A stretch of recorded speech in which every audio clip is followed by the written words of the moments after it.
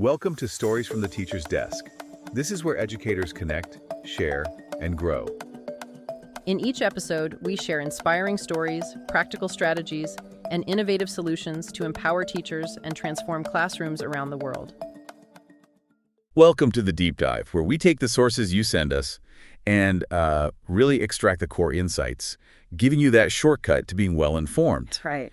You, our listener, you're someone who wants to grasp important ideas quickly, thoroughly, and, that's what we aim for, clear understanding without getting swamped. Exactly. And today, we're diving into a really interesting research report you shared. Assessment for Thinking, Fostering Critical Thinking Through Formative Assessment. It's by Srimoy Banerjee. Right. And it came out of the CamTree Initiative at the University of Cambridge. Okay, Cambridge. And the big question this research is asking is, I think, super relevant. How can we actually use formative assessments and feedback in teaching to really sharpen critical thinking? That's the heart of it, right? Precisely. How do we embed it? And the study, it took place in an urban school over in India, grade 12 students, and they were shifting from a national curriculum to an international one. Ah, okay. So a big pedagogical shift requiring that kind of independent thinking. Okay, yeah, that makes sense. So let's unpack formative assessment a little, because I think for a lot of people it just means like quizzes during the term that add up to your final grade. Yeah, that's a common view. But this research, it points out that the original idea, way back, was actually much broader. How so? Well, the report mentions thinkers like Scriven and Bloom. They saw formative assessment as a key tool for actually improving teaching itself and as ongoing support for the student's learning process. So not just checking boxes, but actively guiding things. Exactly. And that ties right into this idea of assessment for learning, or AFL, Cambridge Assessment International Education, really pushes this. AFL, okay. Think of AFL as formative assessment that's completely woven into the daily teaching and learning. Its main job is generating feedback for everyone, students and teachers, that actually helps learning move forward. Right. So you see the link back to that original goal, improving the curriculum, aiding learning. So less like a snapshot, more like the moving picture of learning. You got it. Now, the researcher actually surveyed teachers using this new international curriculum.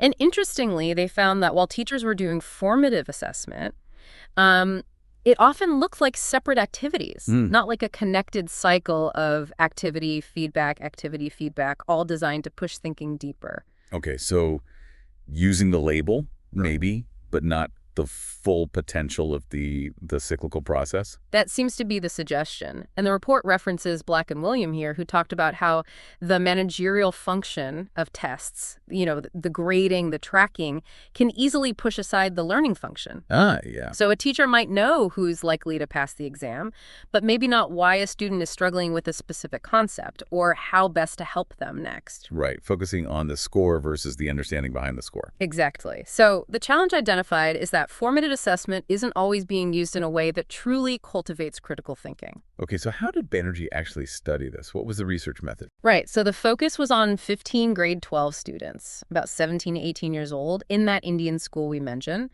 They were right in that transition moment.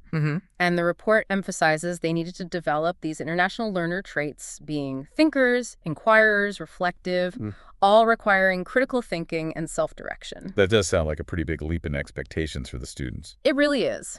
So the researcher designed a specific lesson. It was based on Maya Angelou's poem Coleridge Jackson, and they used a modified RSQC2 model. RSQC2, what's that? It stands for Recall, Summarize, Question, Connect, Comment. Usually it's for summarizing lectures, but here it was adapted quite cleverly to get students engaging critically with a literary text. Interesting adaptation. Okay. Let's walk through it. What did the students actually do? Recall first. Yep, recall first. Yeah. The idea was just to get them thinking about what they already knew, activating prior knowledge about common themes in Maya Angelou's work. Okay, warming up the brain, then summarize. Exactly. For Summarize, they read the poem, wrote a summary individually, but then, and this is key, they did a think-write-pair share. The collaborative part. Right. They discussed their summaries with a partner, gave each other feedback on comprehension, so peer feedback was baked in right away. Got it. Checking understanding together. Then, question. Yes. The question stage. Here, the students had to come up with their own analytical question about the poem related to those themes they recalled earlier. Oh, okay. So they weren't just answering, they were framing the inquiry. Precisely. It really shifted the ownership to them, a big step towards intellectual autonomy. Yeah, I can see that. Okay, after they frame the question. Then came Connect. This was individual. They got 5 minutes, just 5 minutes, to analyze the author's choices in the poem, specifically related to the question they had just formulated. 5 minutes. Wow, that's tight. Needs focused thinking. It does. Really pushes them to connect the text specifics to their own analytical lens quickly. Okay. And the last step, C4. Comment. The final stage. Here, they evaluated the 5-minute analyses written by their peers. Okay, peer evaluation again. Yes, but with a twist. They use rubrics, scoring guides that they had actually helped create in a class discussion led by the teacher beforehand. Whoa, okay. They help build the assessment tool. Exactly. Talk Yeah. about ownership. Oh. After that peer evaluation using the co-created rubrics, there was a whole class discussion, and the teacher provided their feedback as well. That's fascinating. So they're not just doing the task, they're thinking about what makes the task successful. Very meta. Very meta indeed. And throughout this whole RSQC2 process, the researcher was watching, analyzing the student work, and looking for evidence of critical thinking. They used the Paul Elder framework, Right. looking for those intellectual traits like autonomy, courage, empathy, humility, and also the basic elements of reasoning. Okay. And how did they gather all this info? What was the data? It was multi-pronged. They did qualitative analysis of all the student writing from each stage.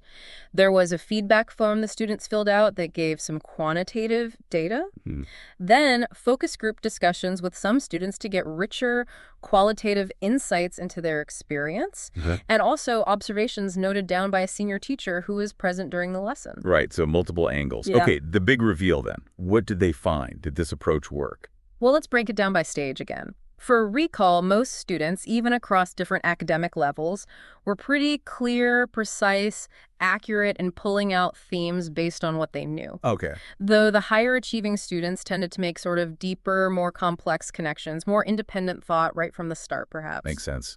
Stronger base, maybe more connections. What about summarize? Summarize was generally good on the factual accuracy, clarity, precision, but the depth of the summaries varied more with ability. And the report mentions writing skills, vocabulary, that seem to hold back some lower achievers a bit. But importantly, the students said the peer feedback here was helpful. Okay, so that peer element showing value early on. Now, the question stage, that sounded tough. How did that go? Yeah, that showed the biggest range. Precision, depth, clarity, it was all over the map. The focus group said this task felt unprecedented. Unprecedented. Yeah, which the researcher saw as a good sign, actually. Like it was pushing them into new territory, fostering that autonomy and intellectual courage. Interesting take. Though some of the top students found the question shell, like a sentence starter they were given, a bit limiting. Maybe not challenging enough for them. Right. The scaffolding might have been too much for some, not enough for others maybe. That's a tricky balance. It really is. Then the connect stage, the 5-minute analysis, Yeah. quality varied again by ability level. But the focus group, they again mentioned feeling that sense of intellectual independence, organizing their own thoughts for that analysis. The researcher did suggest maybe a quick peer chat before the writing might have helped the students who struggled more. Give them a chance to talk it through first. A little pre-processing makes sense. And the final comment stage, with the peer feedback and co-created rubrics. That seemed really positive. Students strongly agreed that both the structured rubric feedback and the informal peer comments were useful. Good.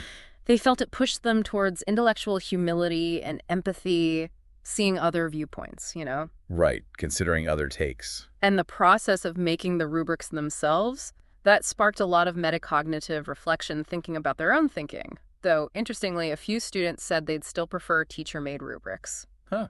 Creatures of habit, perhaps. Maybe. But critically, the quality of the peer feedback given was generally high, and it actually helped inform the teacher's own feedback later. Okay, so overall, it sounds like this embedded, cyclical, formative assessment did seem to foster those critical thinking traits like autonomy and humility. That's the big takeaway, yes. The research suggests critical thinking, viewed through these traits, can be nurtured by embedding these kinds of tasks and using short feedback loops. Right.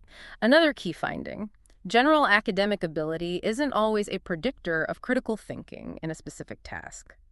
Task design, expectations, they matter hugely for fostering autonomy and courage. Hmm. And also, what students are used to in the classroom, their prior experiences, that really impacts how readily they'll jump into critical thinking spontaneously. Okay, that's really insightful. So what does this mean for teachers, for education more broadly? What are the implications for practice? Well, a major shift is thinking about feedback differently, moving beyond just focusing on the final product task level feedback towards process level feedback. Focusing on the how, not just the what. Exactly. Like encouraging multiple drafts allows feedback to shape the thinking process, not just correct the end result. Yeah. It makes students more aware of their own learning, that metacognitive regulation. Right, making the thinking visible and something they can work on. Precisely. And those short, embedded feedback cycles are key for that. The research also flagged potential downsides to watch for. Oh, like what? Well, intellectual autonomy, if unchecked, could become egocentricity, just sticking to your own view. And humility could become sociocentricity, just going along with the group. Ah, the extremes. Yeah. They gave an example of a student who kind of missed thinking cues from the class discussion during their individual analysis, maybe relying too much on their own first thoughts. It's a delicate balance. Yeah, encouraging independence, but also valuing collaboration and external input. Exactly. And the report also points to the wider culture, this dominant norm-referenced assessment culture where kids are always being ranked against each other. Right, the competition focus. That can actually get in the way of developing autonomy and humility because the focus shifts to just beating others, not the learning process itself. So what's the alternative? The research argues for a criterion-referenced approach, aligning learning goals and feedback clearly with those intellectual traits, and getting students involved in reflecting on their own progress against those criteria. But realistically, in systems driven by standardized tests, that's a big ask, isn't it? It's definitely a challenge. The researcher acknowledges that. Real change needs buy-in from educators, administrators, and many are under immense pressure from those high-stakes exams. Yeah. Looking forward, the researcher actually plans to design lessons focusing on specific intellectual traits one by one to understand better how each develops. Interesting. And the final advice for educators: be learners yourselves. Read widely, reflect on your practice, try things out, experiment, and see learning yours and your students as dynamic, always evolving. That's great advice. So wrapping this up then, this deep dive really shows formative assessment, when seen as assessment for learning, is way more than just testing. Absolutely. It's a powerful engine for actually building critical thinking skills. It means shifting focus from just evaluating knowledge to actively developing how students think. And feedback becomes this ongoing conversation, part of the learning, not just a judgment at the end. Exactly. It's about designing tasks and feedback loops that genuinely empower students, foster their independence, and encourage that deep engagement. Okay, so a final thought for our listener then. Think about this. How could these ideas, formative assessment, process-focused feedback, emphasizing growth over just evaluation, apply to your own learning? In your job, your hobbies, whatever skills you're developing. Yeah, what are the formative assessments you could build into your own learning journey to track your understanding and guide your next steps? It's not just for school. Great question to ponder. And if this sparked your interest, definitely check out the camp for your research or dig deeper into formative assessment and critical thinking. Lots more to explore. Thanks for listening. If you enjoyed this episode, share it with a friend and stay tuned for the next one.